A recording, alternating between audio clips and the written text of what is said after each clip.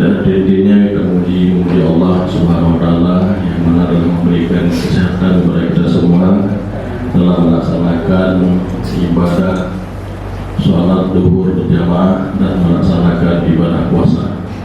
Mungkin dalam kesempatan ini tidak saja panjang mukadimah yang akan memberikan tausiah pada siang ini, yaitu Tunku Haji Murdani Eva. Pada beliau kami silakan dengan segala hormat. Sebelum selanjutnya, Assalamualaikum warahmatullahi wabarakatuh.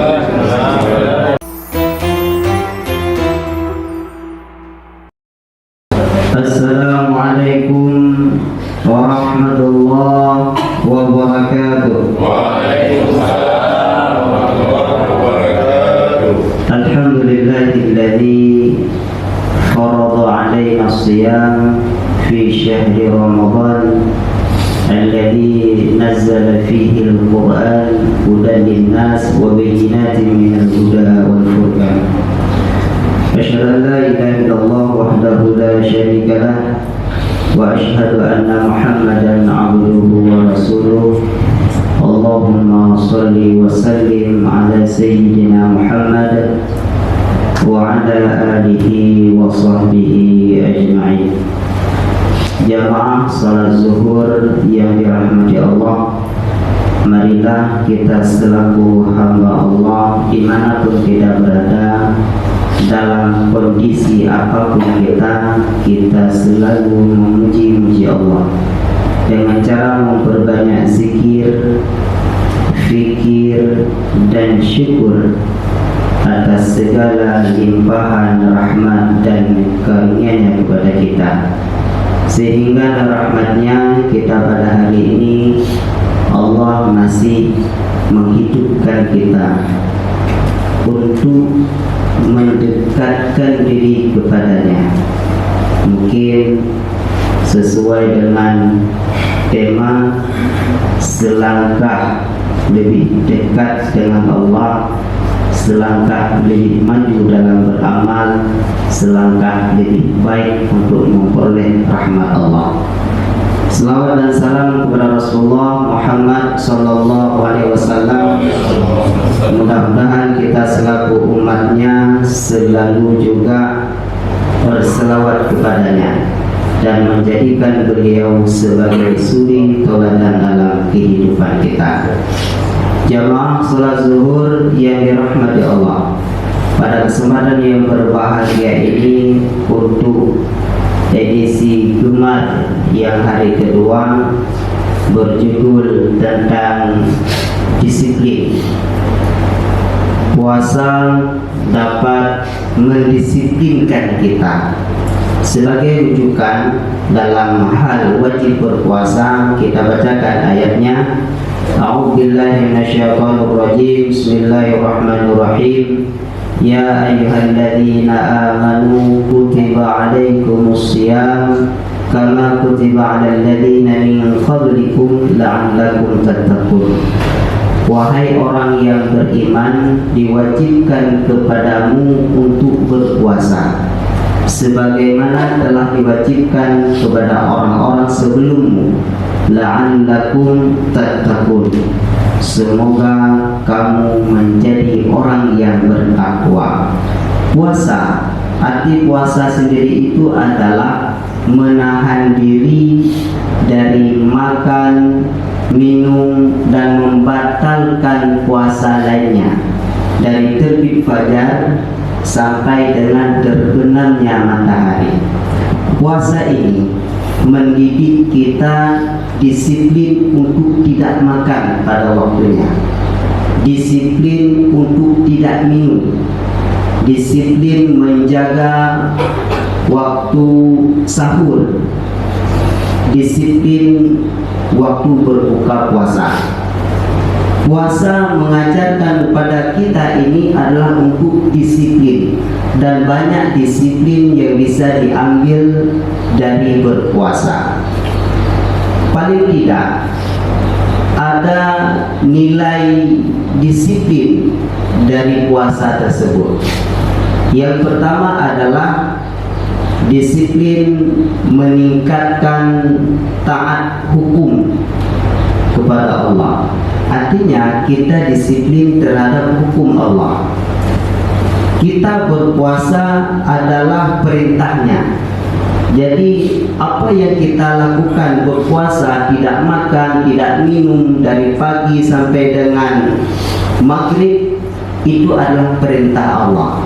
Dan perintah Allah bukan hanya puasa, tapi mendidik kita ada perintah lain yang wajib kita lakukan. Sholat 5 waktu, berzakat, berhaji, dan lain-lainnya. Dan itu menunjukkan bahwa disiplin untuk taat kepada hukum Allah. Kemudian yang kedua, disiplin mengelola diri sendiri dari melakukan perbuatan tercela ataupun dari penyakit hati. Di dalam puasa dilarang untuk melakukan perbuatan tercela. Jadi itu dididik kita untuk tidak melakukan hal itu. Kalau seandainya kita melakukan hal tercela, puasa kita itu sia-sia. Seperti hasud, dengki, menyakiti hati orang, dan lain sebagainya. Atau mungkin sekarang ini lebih dikenal itu dengan SMS. Senang melihat orang susah. Ada juga SMS susah melihat orang senang. Itu penyakit. Kalau nanti ada yang mungkin masih pramugari udah beli Honda baru, itu jangan sakit hati, senang hati kita. Kalau seandainya kita sakit hati, berarti kita ada penyakit hati. Penyakit hati itulah yang harus diobati di bulan Ramadan ini. Ada orang mungkin masih 80% udah beli Honda baru. Ini udah hampir pensiun, tidak bisa beli Honda baru. Itu anugerah. Sudah 100% boleh mobil. Kalau orang yang sakit hati itu tambah sedikit ya. Tengok tetangga beli Honda baru, kita susah. Ini deh. Susah melihat senang orang. Kalau kita susah melihat senang orang, itu hati kita itu susah terus. Maka di puasa ini dididik kita tidak boleh seperti itu. Kenapa? Inilah didikan yang terbaik. Kita tidak makan, tidak minum, kita lapar. Mungkin tak kala posisi seperti itu, hal-hal itu mungkin tak sanggup kita pikirkan. Orang beli Honda, orang beli mobil, kita tidak terpikir mungkin. Kenapa? Karena kita dalam hal berpuasa. Kemudian mengelola diri untuk selalu berkata benar. Idza haddatsa kadzaba, ingatlah untuk berkata benar, tidak berkata bohong. Karena orang yang berkata bohong itu disebutkan dalam satu hadis Nabi, itu menunjukkan ciri-ciri khasnya orang munafik. Ayatul munafik salatun. Yang pertama, idza haddatsa kadzaba. Apabila dia berbicara, dia itu bohong. Kebohongan yang dia katakan itu dilarang, tidak boleh. Kadzaba, dan itu termasuk orang yang munafik. Mungkin kadang-kadang kita tidak sadar telah berbohong. Kita contohkan, kadang-kadang ada orang yang menelepon, Assalamualaikum, Waalaikumsalam, ini mau rapat, ini di mana nih? Langsung bilang on the way, padahal di KI mendarat, on the way di KI. Kalau seandainya memang kita posisinya kita ini bukan dalam perjalanan, jangan katakan dalam perjalanan. Itu bohong. Dan itu biasa kita lakukan. Yang kadang-kadang yang biasa kita lakukan merasa jadi benar, padahal itu adalah salah. Dan itu tidak boleh. Ada yang menggunakan WhatsApp hari ini, bukan hanya kata-kata, juga dengan tulisan. Padahal dia itu sudah baca, tapi dibuat tidak baca. Itu bohong, dusta itu. Itu bukan main, tapi udah biasa. Jadi merasa tidak lagi berbohong, tapi itu bohong. Yang hal-hal seperti itu kita rubah. Selangkah lebih dekat, selangkah lebih maju, selangkah lebih baik. Berubah ke baik. Walaupun ada di antara kita ini ada yang belum sadar nih. Boleh tanya semua ulama tentang hal itu, tidak ada yang membolehkan, semua haram. Tapi jangan mempertahankan diri dengan hal itu, apa istilahnya, privasi dan menggunakan medsos. Itu bohong. Bahkan itu ada satu kisah Rasulullah dengan kaum kafir tentang tidak bohong itu. Tentang tidak bohong itu sehingga orang ini masuk Islam karena tidak bohong. Jangan kita ini sudah Islam masih menyimpan, masih memelihara kebohongan-kebohongan yang ada pada diri kita. Idza haddatsa kadzaba, jangan berbohong. Mungkin kita ini sebelum Ramadan kita tidak teringat, ini kita ingatkan, sama-sama kita ingatkan. Kenapa? Untuk hal yang kebaikan. Kemudian wa idza wa'ada akhlafa. Ini ciri orang munafik tadi. Apabila berjanji dia ingkari. Ingkari dia. Kalau bahasa kerennya sekarang ini PHP, pemberi harapan palsu.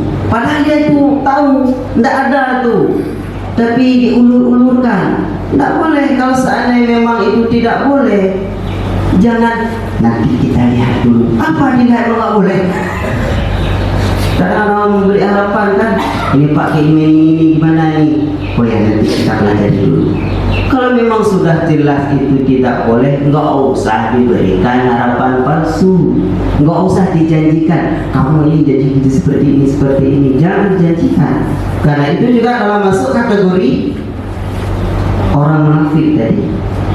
Kategori ciri-ciri orang munafik apabila berjanji dia ingkar. Kemudian yang ketiga, wa idza tumina khana. Apabila dipercayai dia itu khianat. Bagaimana mempercayai? Kita ini semua sudah take kontrak untuk kerja di kantor ini. Apa yang harus dilakukan? Ini pekerjaan yang dilakukan ini. Masuk kantor ini. Kita tidak berkhianat.